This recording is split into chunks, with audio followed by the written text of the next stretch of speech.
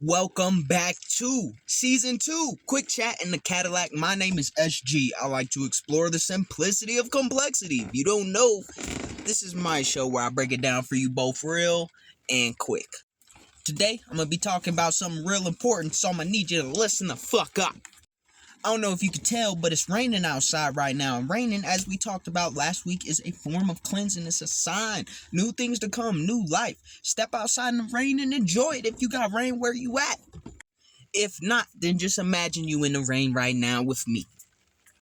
Today, we're going to be talking about trust in the process. Trust in the process. What does that mean? Trusting in the process is a whole lot more than just constant work. It requires you to keep your composure, sir or ma'am. You got to keep your composure. When you're trusting in the process, the real issue doesn't usually come about from people who put work in consistently for the work itself. The work itself is sometimes the easiest part. The hardest part is waiting for your results to actually appear in your reality. Now, I'm going to paint a picture for you.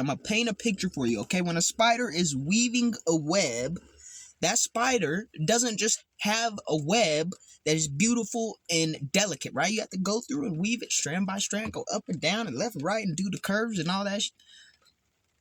So the spider spends all this time weaving this beautiful, intricate web. Okay?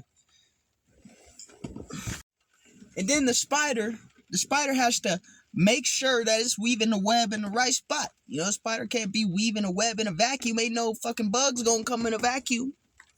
So the spider picks a good spot and then weaves a web very intricately. It lays every strand of spider silk very delicately and makes this beautiful creation a masterpiece.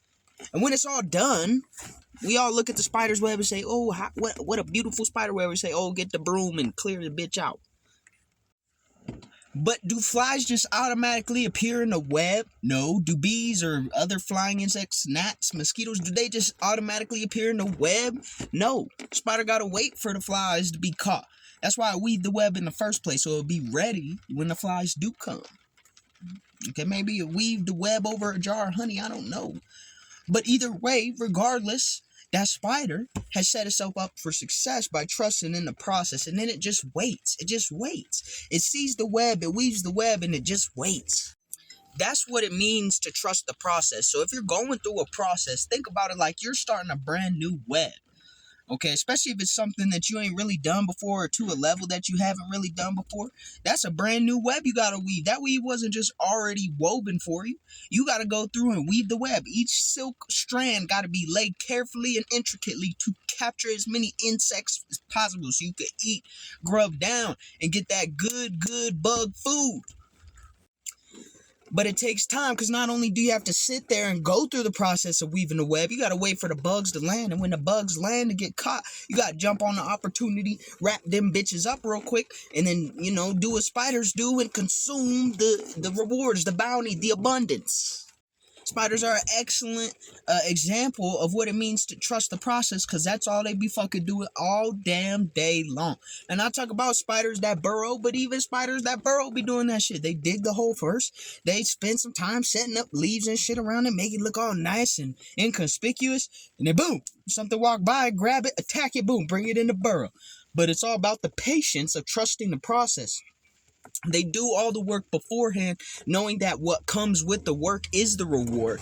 But the reward don't come when they haven't done the work or are still doing the work, right? You got to get the shit done before the reward starts pouring in.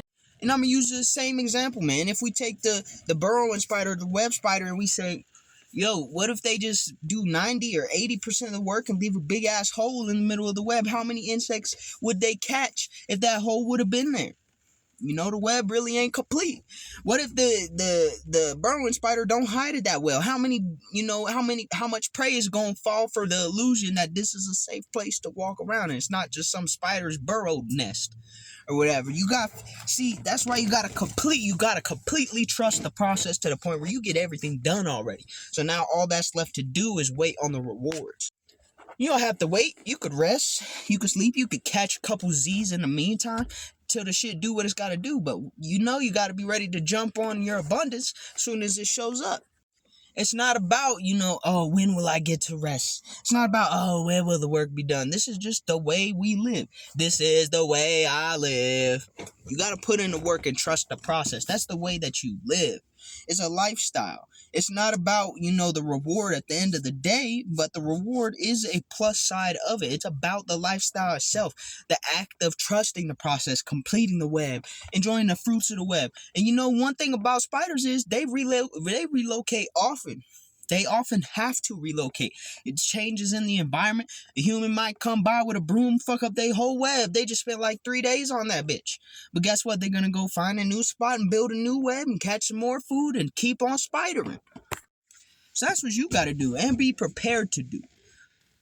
It's on one hand, it may seem discouraging, right? Because you do all this work just to know that it's going to be temporary. But on the other hand, that's the beauty of it. That's the purpose. It gives you meaning, right? If you just had to do a little bit of work, be done, and never have to do shit again, what would be your meaning from that point forward? You just like, damn, I don't got shit to do now. I don't know what to do now because I don't got shit to do now. But on the flip, if we check on the flip side, if you just keep having, new webs to build, new burrows to dig, new traps to set, new progresses and processes to make and go through, there's always going to be something for you to do. That's a beautiful thing. You just got to get good at doing something and then doing something new and then doing the next thing new. Eventually, you'll have so much under your belt that you'll feel like you accomplished everything. And even then, you still going to have more shit that you could do. So what did we learn? Well, today what we learned is the process itself is the beautiful part. And I know, this is something that you probably heard many a times. And for some reason, there's that little part of your brain, maybe not, but if you're like most people, there's at least a little part of your brain that says, man, that's dumb. I should just stay with this weak-ass web I'm in and just be comfortable. Then you're not a real spider, man. You're not a real Spider-Man. You just fake. You just phony. You just, putting up this facade like everything's cool. Everything's not cool because there's always something else to do. And I'm not saying that at an ADHD. I'm not saying that at a lack of fulfillment. These things can be very fulfilling. So then you might ask me, well, Sayer, if I'm always pushing and moving towards a new process, a new beginning, will I or will I not forget to be grateful and have gratitude for the things I've already done, I've already accomplished? And the answer is hopefully not. It just depends on how you look at it. See, that's your balance to find and not mine to give you. However, I will tell you this. Those things that you already have and that you already have accomplished should be the motivating factor for you to push further. To, let's say like you've already accomplished X, but the next step up is Y. Well, since you already got to X, who's to say you can't get to Y? The only person who would stop you would essentially be you.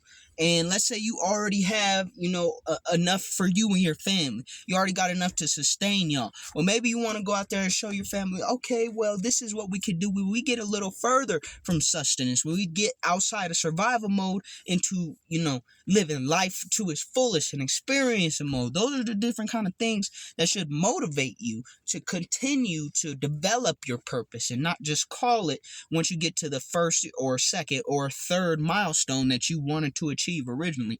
That should be evidence that you could go to the 4th or 5th or 8th or 10th or 100th fucking milestone.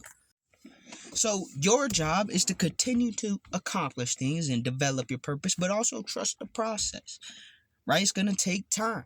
Be the spider that, when your web is perfect and good, is doing good, next time you go to build another one, whether it's because you had to or because you wanted to, you use the right kind of silk. You use the same detail and intricacy, and you use the experience that you have, which has now grown since the last time you made a web. So that web's going to be even more beautiful, intricate, and useful. You'll be able to catch even more abundance and more flies and, all that shit with the spider web.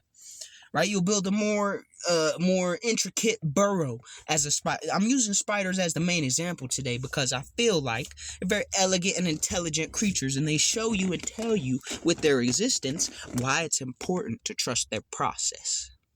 All right, peace.